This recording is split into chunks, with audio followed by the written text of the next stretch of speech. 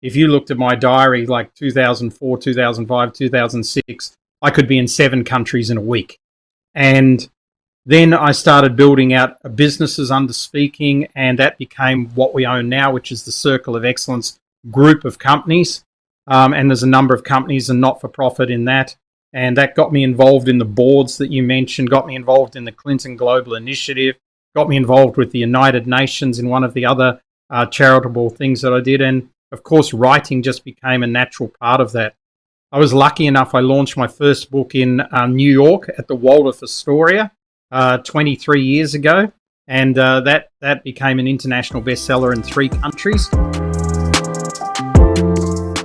Hello, I am John Brink and we are podcasting on the Brink from downtown Prince George, British Columbia. And for any of the people that think, oh, where is Prince George, British Columbia? We know where British Columbia is, but where is Prince George? Well, we're about 500 miles or 800 kilometers north of Vancouver. That puts us physically in the center of British Columbia, an amazing, amazing province. Today we got a special guest, an amazing individual, and I'll share with you some of his background. His name is Mike Handcock, and Mike is currently the Vice President of Global Speakers Federation. He's an author of 14 books and 7 international bestsellers, and 6 times Amazon #1 business and personal development. He's also a musician. 13 albums, and his name Mike had a #1 on tunes in 2013. He's on the board of 3 charities and social causes. Mike was mentioned by President Clinton at the time. He's worked alongside Sage Foundation and Clinton Global Initiative. Mike. And there is much more to say, but I'll let you do the rest. Welcome to the show. That's enough. That's more than enough. There you are. Makes me feel old. Well, I'm 84, so you're about half my age if you're lucky. Oh, I'm 63, so okay, see, I'm getting up there myself. You're not looking at, so I thought, how old is this guy? 40, 41, 42 maybe. But I always say, this is what I do. I'm going to quickly show you that. I'm also an author, not 16 books. I'm working on my 6th one, but the last one is coming out actually on Friday. The books are on the way to us from our printers. And the title of the book is Living Young, Dying Old. And that's beautiful. A picture of Congratulations. Me. Well, thank you. I love the cover. Yeah, fantastic. I'm going to get you a copy of it, signed one. So my theory is it's not about age, it's just a number. It's quality of life. That counts. Absolutely. Couldn't agree more. And it's so good that to do this sort of work where you're giving back so much now that you've reached an age where hopefully we've all gained a bit more wisdom than we had when we were 20. For sure. And then loving to share it with others. And I have some similarities with you, not quite the track record that you have, but I'm also an on-demand keynote speaker, and I've obviously written books and all of that kind of thing. And I believe I'm a storyteller more than anything, and that is my strength, and that's where I'm in demand. And I do it with passion. And so they may not necessarily remember what I told them, but they will never forget I was there, so, and the other part that's very important to me is that, for both of us, I'm sure, is that I love podcasting, and I believe it's just at the beginning, that in its infancy, it is going to and is exploding around the world. And I love interacting with other individuals, sharing ideas and experiences.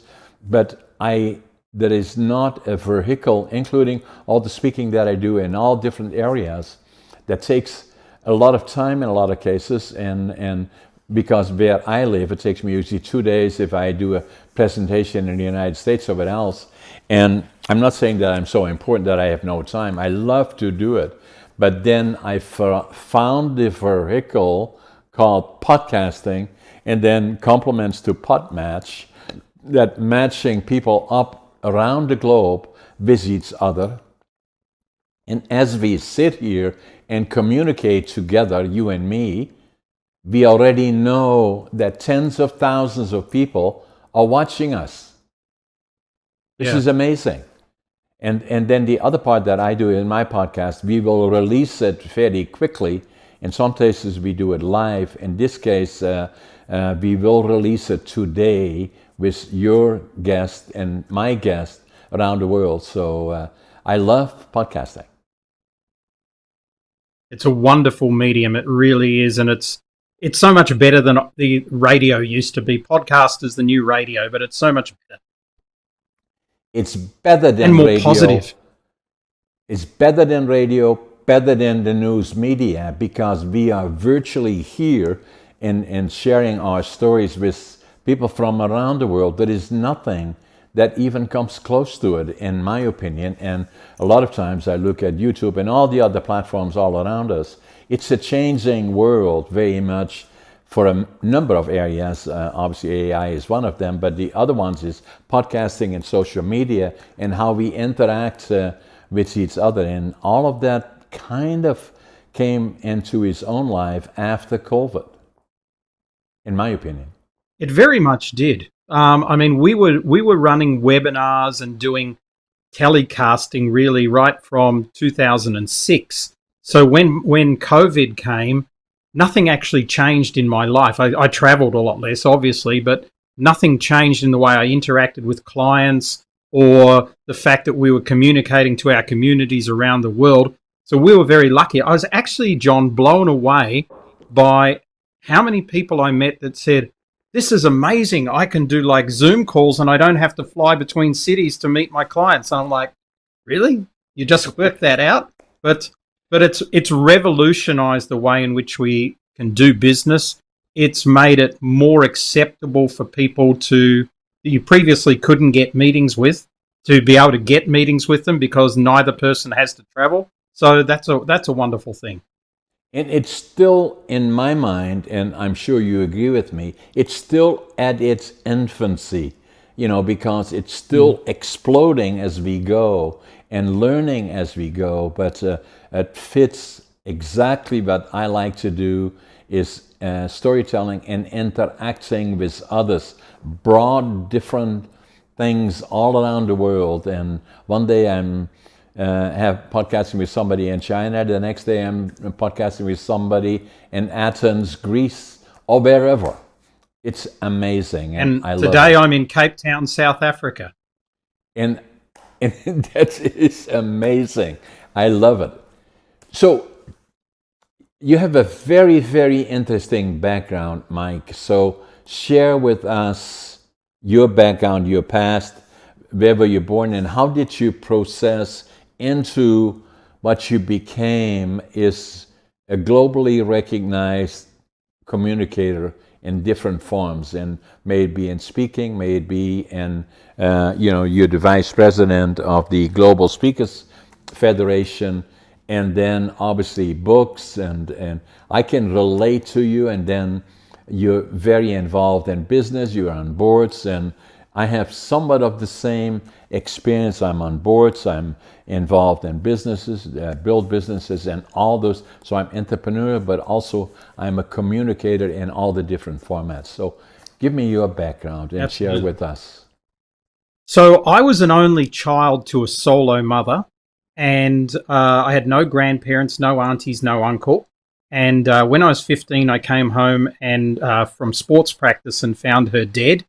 And so at 15, I found myself alone. And so my best friend's parents took me in. And when I finished high school, his father came in and said to me, "Did you pass?" And I said, "Yep, got the high school diploma, just." And he said, "That's great. You need to be out in 2 weeks. Get a job. We've done all we can." So I wasn't unlike my friends, didn't have the ability to go to university. When I was 18 and 19, I didn't do university till I was in my 30s. And then I had to do it extramurally because I was already working in corporate. So I went out by myself, went through a series of jobs, which were pretty good, really. Got into financial services and excelled in financial services.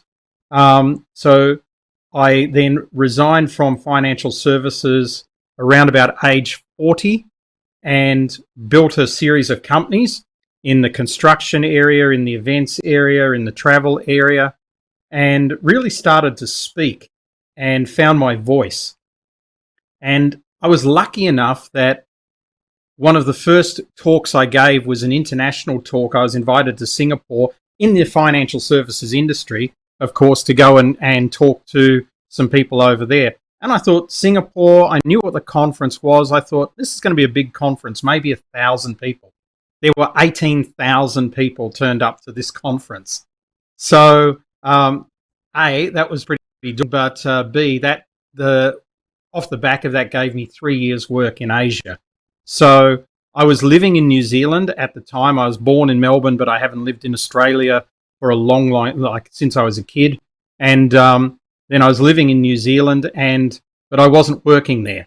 I was on planes every second week. So if you looked at my diary, like 2004, 2005, 2006, I could be in 7 countries in a week. And then I started building out businesses under speaking, and that became what we own now, which is the Circle of Excellence group of companies. And there's a number of companies and not-for-profit in that. And that got me involved in the boards that you mentioned, got me involved in the Clinton Global Initiative, got me involved with the United Nations in one of the other charitable things that I did. And, of course, writing just became a natural part of that. I was lucky enough, I launched my first book in New York at the Waldorf Astoria 23 years ago. And that became an international bestseller in 3 countries. So, and that was the luck behind it. And the rest of it's been a lot of hard work, but very much a global community. So the way my life works is I'm at home for about 3 months a year. The other 9 months I could be anywhere. We've just got back. We live in Cape Town, South Africa. We've just got back from Egypt, Greece, Germany, and Georgia. So working and playing at the same time. We always try and mix both in. So that's a background. So you're a very good communicator. That's already obvious from what we do now, but also your background is based on communication. I'm working on my 6th book. Writing books is not easy. And you wrote your first bestseller when you were in your 20s. And if I was in my late 30s. Okay, late 30s. I was in my late 30s. Yep. Even so, no, yeah. I'm 63 years old. So, right. So I was in my late 30s when I wrote that. But during COVID, John, I took to writing novels, and I'd written, obviously more than 10 non-fiction books, which would, it's a challenging environment to write those and to write them well. Anybody can write a non-fiction book, but to write them well is another story.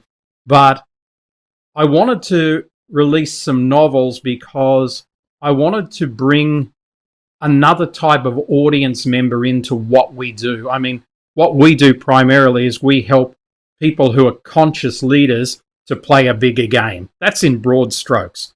So people who are more go-givers than go-getters, people who have and want to make a difference with their lives on the planet, but we help them play a bigger game. But, you don't always find them through traditional networking or even online to some degree. So I wanted to write some fiction books which will find the more conscious people. So I can honestly tell you, I'm not sure if you've ever written fiction, but that is a hugely different challenge and a lot of fun. So I'm going to continue with that series. The 3 books are in a series, but I'm going to continue writing that series as well. And, as I move into my retirement years, I might become a fiction writer. I'm not sure yet. So, where did you develop? And it's special to me because I've gone through the challenges. I was a late bloomer as well, not until Lily after I was 60. After I was 60, actually, 62 years old was major for me. Where did you communication skills or the lack thereof was one of my major challenges in life. I was very good in business, built businesses from the ground up. And I'm not here to say hurrah, hurrah, John. They have about 10 different companies all doing very successfully. I've been on boards, all done all the things that you're talking about, and have been very involved in giving back to the community and communities. That's very important in my life for all the reasons that you already mentioned. But for me, it took a number of triggers, coincidences, that caused me to become who I am. And I'm not saying I'm special, but obviously I've developed skill sets that are different and special and have gone through all the ups and downs. What triggered you to become such an effective and involved speaker and entrepreneur and being involved in a number of structures and boards that first and foremost you have to, what I say because I am, you have to be a good speaker, even more importantly a good listener, to become successful in businesses and all the other things that you've done. Well, you're so right in that. You have to be a good listener, and I think that's crucial. And it's as our minds get clogged up with AI and everything else, the tools that we've got, the role of listening is becoming more and more important. And I think some of the most successful people in the future will be the best listeners. But coming back to your question, because as you were asking it, I was thinking, well, there's not really one thing. There's a series of things. So firstly, most people who don't know me that well think I'm extroverted, but I'm actually quite introverted. So, I'd much rather lie around, play my guitar and, watch something on Netflix and go to a party, for instance. But I did find that I had a natural affinity as a young person, very young, like early teens with the stage. And, I did some plays and things like that. So obviously you learn the craft of communicating and acting through that as a teenager. And then, I was always interested in music, so I played the guitar and then, started my band. And then we got good gigs, and then the band grew. So we were playing on some big stages, and we supported some world-class acts and things like that. And I did that for basically 12 years semi-professionally, up from the time I was 18 till I was about 30. And that gave me the confidence to realize that, not be scared of an audience. And then in my corporate role, which was in financial services, I somehow worked my way up the tree. I'm not even sure how these days, and I ended up being the general manager, sales and marketing for the biggest financial services company in New Zealand, which had about 4,500 financial services advisors running around, which I was responsible for. So I had to give a lot of talks. There were product launches and all the usual things that people in those positions do. And people just kept saying to me, you're a really good speaker, you should do speaking. And so the industry gave me opportunities to speak at national conferences and things like that because I was in that game. And then I got to a point in my life where I decided I want to be in charge of my own life, and I don't want to sit around the boardroom table of a company where most of the people sitting around there really don't care what happens, I actually care. And what I found I cared most about was that most of the people I was working alongside or saw in my competitors weren't living to their full potential in their life. They were going through the motions of life, taking a salary, taking their 3 or 4 weeks holiday a year and, doing an okay job. And I fell into that trap too, to be fair, at times. And so when I left the industry and started as an entrepreneur, speaking became my natural way to build my business. And I think today, I mean, we own 5 companies, not as many as 10, John, but we own 5 companies. And all of those companies are driven primarily by myself and my wife's ability to speak. That's how we create attraction for them. That's how we get partners for them. That's how we open new markets for them, et cetera, et cetera. So I think it just developed over time. And it came from having a confidence of being on a stage.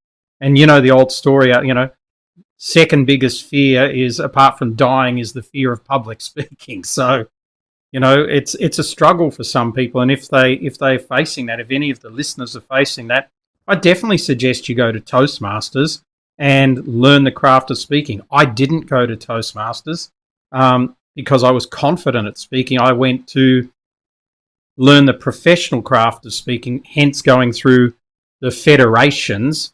In Canada, they call it CAPS, Canadian Association of Professional Speakers. And so, I went through that in New Zealand and then started the Virtual Speakers Association when COVID came, which was a global association. And I've been on the global board for 11 years, and I'm currently vice president. I'll be president next year. So I think all of that just came naturally from that first inkling of wanting to be on a stage and not being scared of being on a stage. Yeah, and then the other part, at least from my observation, is that, and again speaking personal experiences, is that your foundation was where at 15 years old you lost your mom and your whole world changed. And then, and fortunately they had friends that could take care of you, but still it was something that affected you adversely to a certain extent, I believe. And I will share with you why I think that is the case. Is that, and then the other reality was, although the people that took you in, that became parents in a way, but not the same, said, did you finish school? And if you did, so good, okay, find a job. So at the time the bird has to leave the nest now. And so all of a sudden, you better get it done. And so that, to me, meant that laid the foundation of where you then proceeded, and likely still is very much your foundation today, in my opinion. Absolutely. And it's so true. I can relate to it because I was born in 1940 in northern Holland, northeastern Holland actually, during the war years. And so my mom and dad were married in 1938, and they were in love, and fairly quickly had one son, and then followed by a daughter. And I was a latecomer. I was born November the 1st, 1940, and so early in 1940, my dad was working on a career. They had a house, and they were in love. This was just paradise. And then something happened. The dictator in Germany invaded Holland, Adolf Hitler, and so my dad then was drafted into the Dutch army in April of 1940, and for 5 years they wouldn't know if he was dead or alive. The last time they heard from him is when the last time he was seen was in Rotterdam, when it was bombed, which destroyed the center of Rotterdam and killed thousands of people. The other part that I remember well is when I was 3.5 or 4, is the Allied forces were bombing Germany, and especially the cities that were building infrastructure for the war. And again, visualize you being there, I'm sure, northeastern Holland. We were within 10 minutes of the border with Germany. And my mom would take us outside, and at nights, and there were hundreds of planes in the air, hearing 350 planes all at the same time is a sound that even at that age I will never forget. And then the reason I was going to say, you remember that after all these years. Isn't that incredible? 80 years ago, absolutely.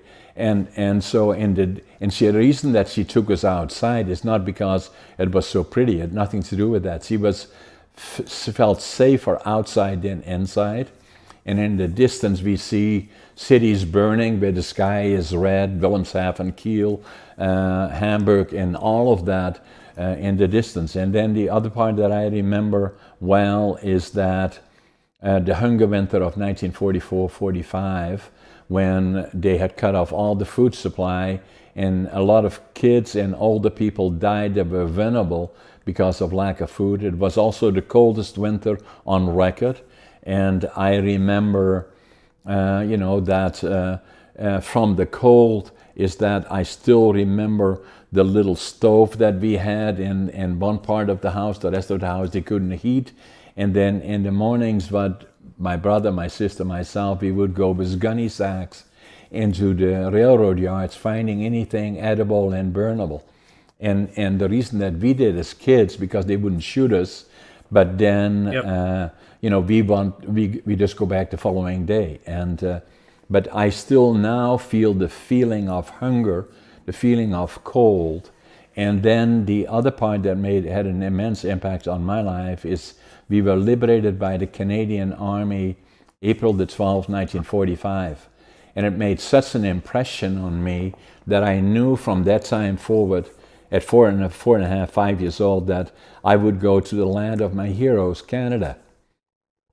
And that's a I wanted to go phenomenal when I was story. 17, and my parents wouldn't let me. And then I finally won. I was then drafted into the Dutch Air Force, and for 2 years, and a little more than 2 years actually. And then went to Canada when I was 23. And the liberation was difficult because, again, you can visualize northeastern Holland. They landed in Normandy in June of 1944 and pushed the Germans through Belgium, through the lower part of Holland, through the back to the top to get back to the country. And things were pretty rough. We saw far too much that we should not have seen. And it affected me in the sense of PTSD, still very much with me. And the inner child actually got counseling for that when I was 5. When I was already in my 50s, very emotional, the inner child. So kind of academically, I was not a success story. I failed grade 3 and I failed grade 7 3 times. And so then they said, what are we going to do with this guy? And my parents were beautiful people. And so people suggested, well, maybe send him to the mentally challenged school. So they said, no, we're not going to do that. Let's find a trade for him. By then, my dad had been involved in the lumber industry. My grandfather was a master carpenter. So they sent me to a furniture factory at 13. And then in the evening, I became a furniture maker. And then I decided to give you quickly a background on me is that at 23, I still felt that I was an optimist individual. I was always positive, even at a young age. And I was in a world of my own. And I had still was troubled by my friends, and kids are hard on each other. That I left school at 13, and the friends that I had then went on to college and university, and I became a laborer. I'm proud of that today, but then it was kind of looked down on, and so the liberation of Holland had an impact on my life in the way that I knew I would go to Canada. The other part had an impact on my life is I wanted to start with nothing, just to prove to me that I could do it as well. And in fact, I wanted to go to Canada and I wanted to build a lumber mill. That was my dream, to prove to me that I could do it. And so I did that, flew to Montreal, took the train to Vancouver, and then went through the immigration office. And fortunately, there was a German fella there, and I could speak some German. I couldn't speak English, didn't have a job, didn't know a soul. And the German fella said, I told him what I wanted to do, build a lumber mill. He said, go to Prince George. That's where I am now, 60 years later. Wow. I came off the Greyhound bus, and I had my suitcase. I had 3 books, 2 sets of clothes, and I counted my money at least 3 times. And I had exactly $25.47. But I had attitude. That's wonderful. No matter how tough things are, I always believe tomorrow is going to be better. Passion, that whatever I do and I like it, I give it 150%. Work ethic, I work harder, even at nearly 84, than anybody. I get up at 5:30 in the morning. I always make my bed, and I always think I'm late. So that kind of was the change. And then the other part, Mike, that you can relate to that changed my life was a couple of things. Is that I was not very good at communicating.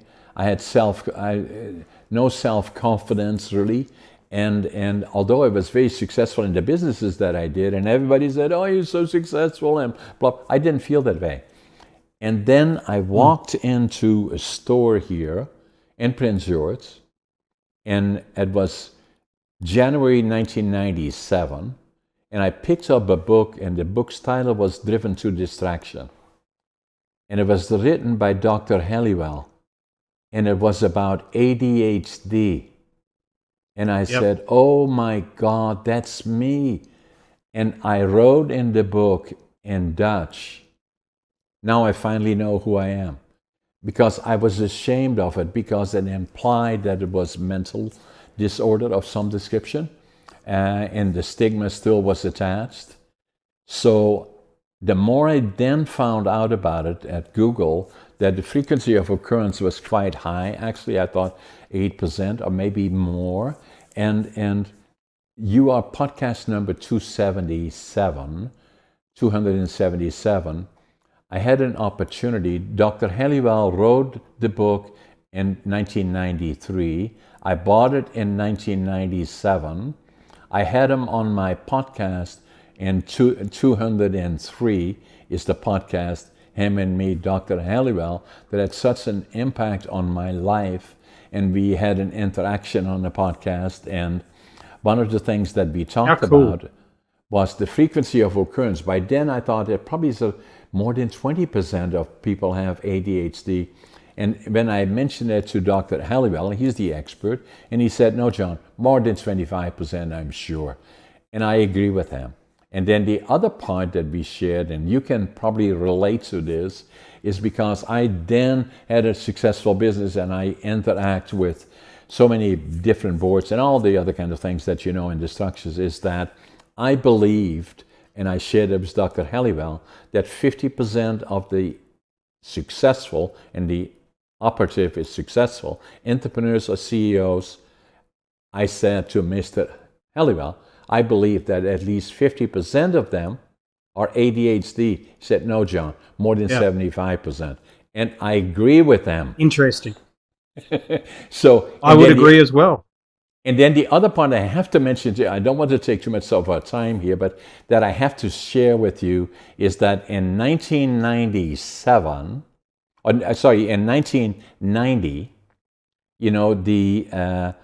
still struggling with communications being difficult. I could communicate in small groups of maybe 2 or 3 people in my company, but not very good outside of that.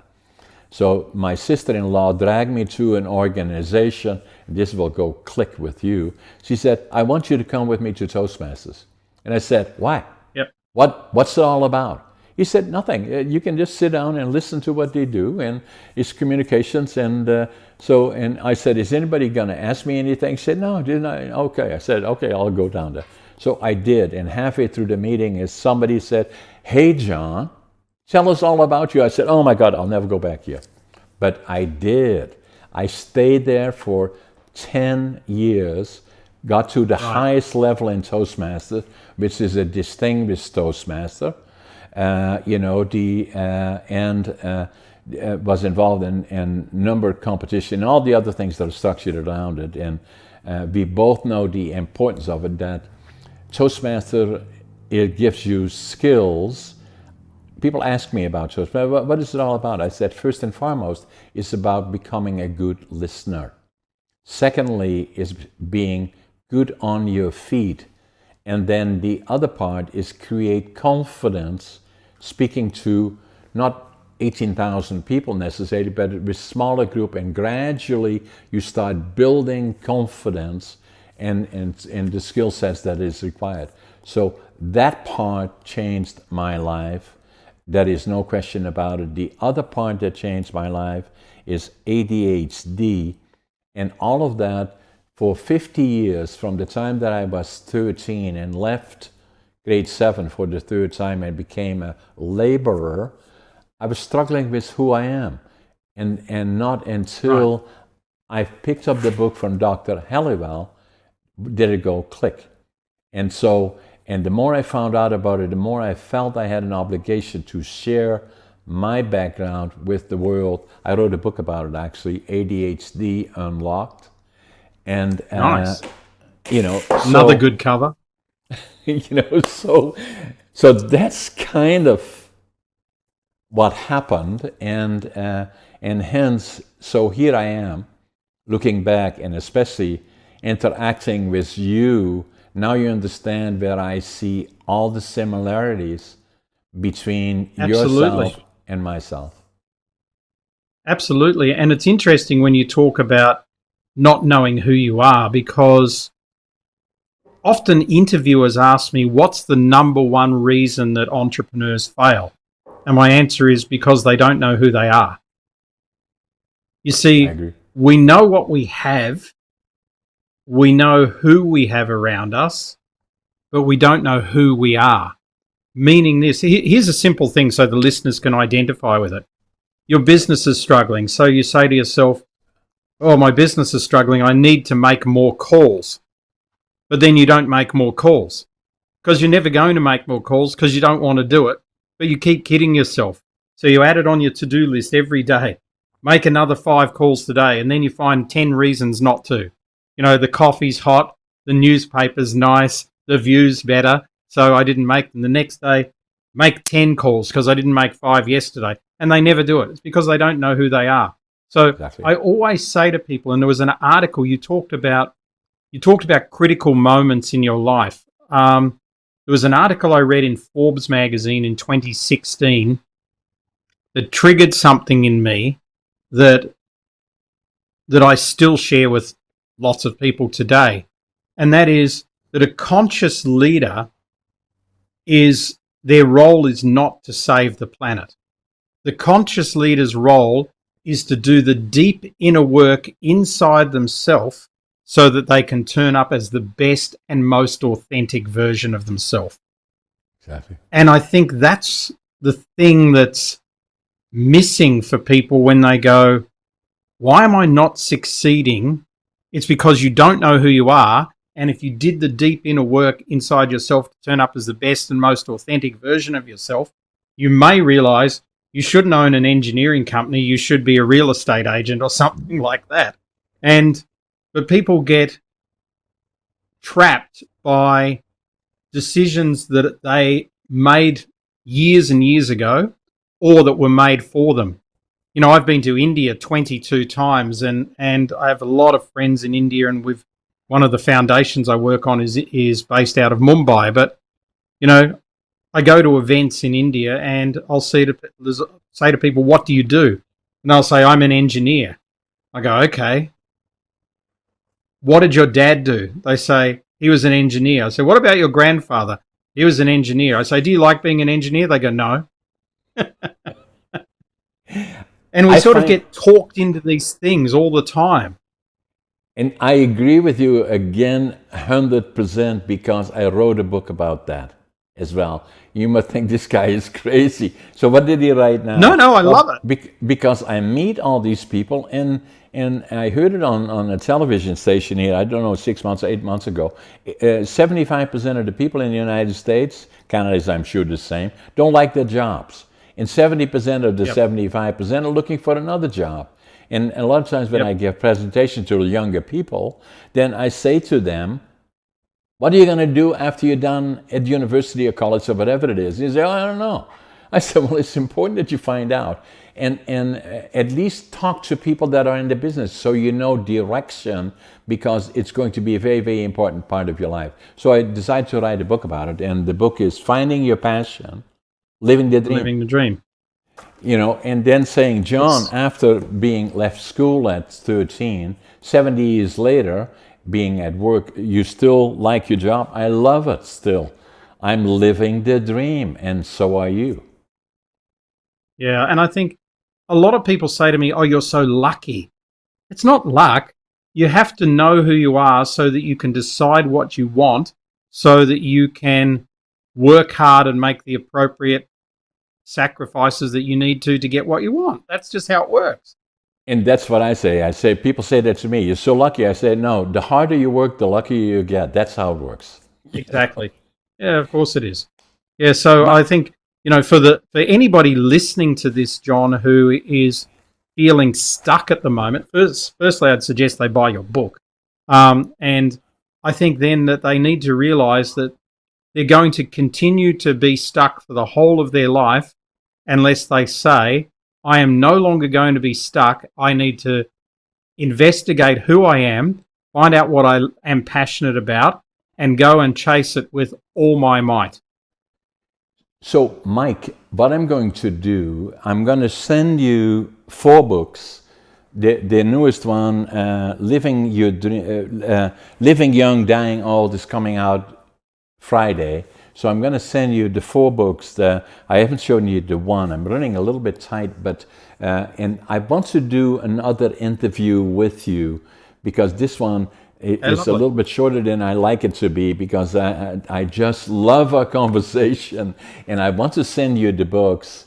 And you know, so I'm going to send them to you. I'm going to sign them for you, and then I'm going to say to Scott to try to arrange another podcast with you in the next couple of months, if it, you know. So, but I love our conversation. I love your background, mine, and similarities. You know.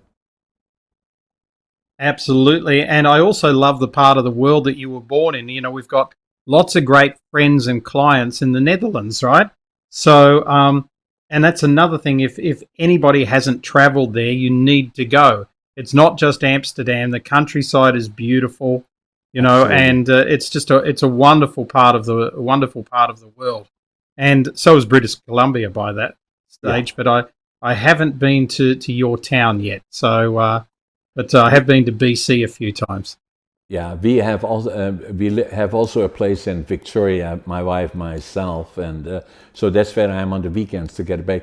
So I'm gonna have to let you go, but you know, I want to make a commitment. I want to have another podcast because we got much more to talk about. I'm going to send the books to you, get your address, all the other things. Scott will contact you, and then let's set up another podcast. And then for the people watching us, obviously from around the world, and listening to Mike and his amazing background and mine as well, obviously is please subscribe to our podcast so that you give us the encouragement to share it with the world, and then like it if you like it, subscribe to it, like it, comment on it, share it with others, and we'll do another one here in the next couple of months, I'm sure, and we'll talk about that, Mike. And again, thanks, and it is a privilege. I knew looking at your bio it would be good, but it far exceeded being good. It was fabulous. John, thank you very much. You are an amazing communicator. So, you know, any worries you've ever had about that in the past, throw them out the window. What you're writing about is very needed by people today more than ever, with all the fear in the world and all the uncertainty. It's material like this that brings people back to center. So thank you very, very much for your time, and thank you to all the listeners for listening in. Go and subscribe. Okay, and we'll get together in the next couple of months. Thanks, Mike. Great. Take care. Perfect.